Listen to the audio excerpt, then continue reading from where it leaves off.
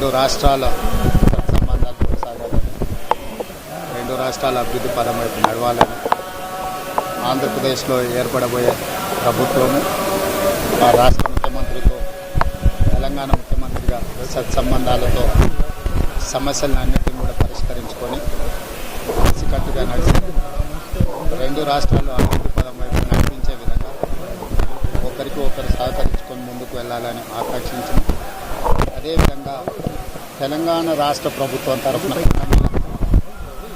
సత్రం నిర్మాణం, కళ్యాణ మండపం నిర్మించి తెలంగాణ నుంచి వచ్చే భక్తులతో దేశం నలుమూల నుంచి స్వామివారిని సందర్శించుకునే భక్తులందరికీ కూడా సౌకర్యాలు కల్పించడంలో తెలంగాణ రాష్ట్ర ప్రభుత్వం కూడా భాగస్వామ్యం తీసుకోవాలనుకుంటుంది.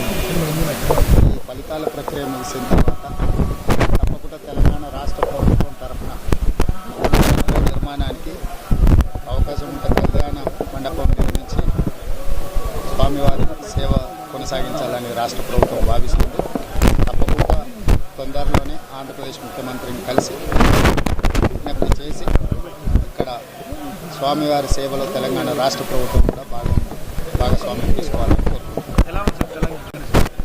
డెఫినెట్గా మీరే చూస్తున్నారు, మేము చెప్పేది ఉంది. ఇక్కడ కొండ మీద రాజకీయాలు మాట్లాడము. తప్పకుండా మంచి వాతావరణం ఉంది, వాతావరణం కూడా అనుకూలించింది.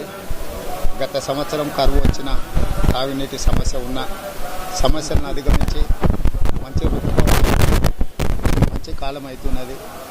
వానలు పడాలి, పంటలు పండాలి, రెండు రాష్ట్రాలు సుభిక్షంగా ఉండాలనే మా ఆలోచన.